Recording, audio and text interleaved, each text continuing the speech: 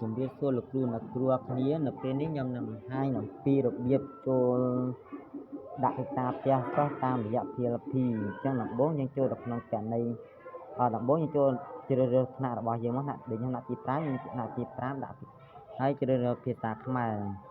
ដល់មកខ្ញុំជ្រើសរើសយកមុខវិជ្ជាណាដែលខ្ញុំមេរៀនណាដែលខ្ញុំរៀនដល់បាទអញ្ចឹងដល់មេរៀនទី9អញ្ចឹងដល់ពេលនោះខ្ញុំចូលទៅ copy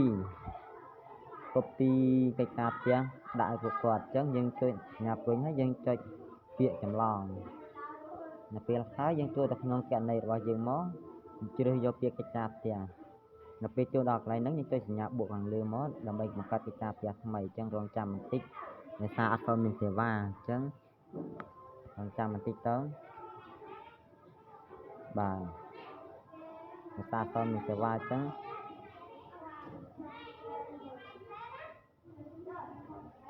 បាទ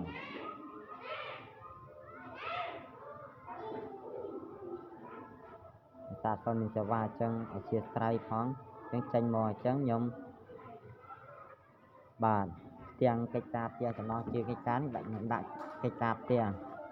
បាទហើយថ្ងៃផុតកំណត់អញ្ចឹងហើយផុតកំណត់ខ្ញុំឲ្យគាត់ដល់ថ្ងៃច័ន្ទទី29ខែមិថុនានឹងអញ្ចឹងចុចពីអូខេបន្ទាប់មកយើងជ្រើសយកមុខវិជ្ជាដែលខ្ញុំ copy មកមិញគឺភាសាខ្មែរខ្ញុំជ្រើសយកភាសាខ្មែរមេរៀន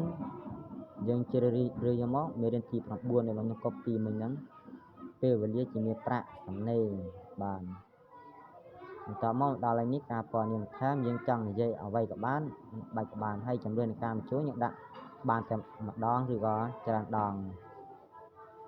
បាទខ្ញុំដាក់គាត់បញ្ចូលមកបានតែម្ដងទេអញ្ចឹងបានម្ដងខ្ញុំបិទវិញកន្លែងពណ៌នាមបន្ថែមនេះយើងមិនបាច់ដាក់អ្វីក៏បានដែរដល់ត្រង់កន្លែងនេះបើសិនជាលោកគ្រូបានបង្កើតជា file PDF លោកគ្រូចុចកន្លែងភ្ញាក់មកហើយគ្រូទៅយកកន្លែងទុកឯកសាររបស់គ្រូមកដាក់ក្នុងនឹងបាទប៉ុន្តែខ្ញុំអត់ទេខ្ញុំដាក់មេរៀនដែលខ្ញុំ copy ពីក្នុង PLP នេះហ្នឹងមកអញ្ចឹងចូលកន្លែងហ្នឹងហើយខ្ញុំ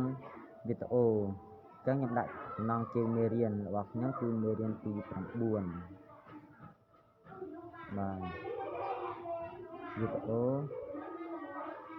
មេរៀនទី9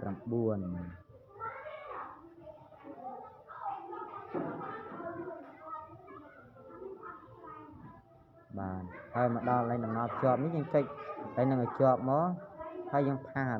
របស់ខ្ញុំ copy មិញមកបន្តមកយើងចុចពីរសារទុកបាទប៉ុណ្ណឹងការបង្កើតកិច្ចការផ្ទះហើយយើងអូសទៅលើមកដើម្បីយើងចុចពាក្យបញ្ជូន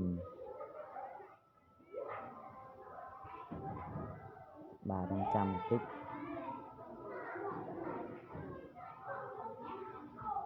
ចឹងយើងពិនិត្យមើលមកតើការបង្កើតរបស់យើងគ្រប់ជ្រុងជ្រោយដែរឬនៅ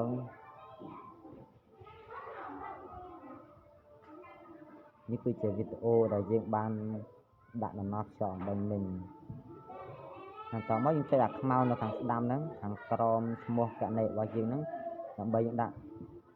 បញ្ជូនទៅជោគជ័យអញ្ចឹងនៅខាងលើនេះគឺកិច្ចការផ្ទះដែលខ្ញុំបានបង្កើតនៅក្នុងថ្នាល PLP អំបិញមិញអញ្ចឹងកាលណាយើងដាក់បញ្ជូនហើយវានឹងលួចទៅដល់គណនីរបស់សិស្សគ្រប់គ្នាបាទអញ្ចឹងខ្ញុំចុចពិនិត្យមើលម្ដងទៀត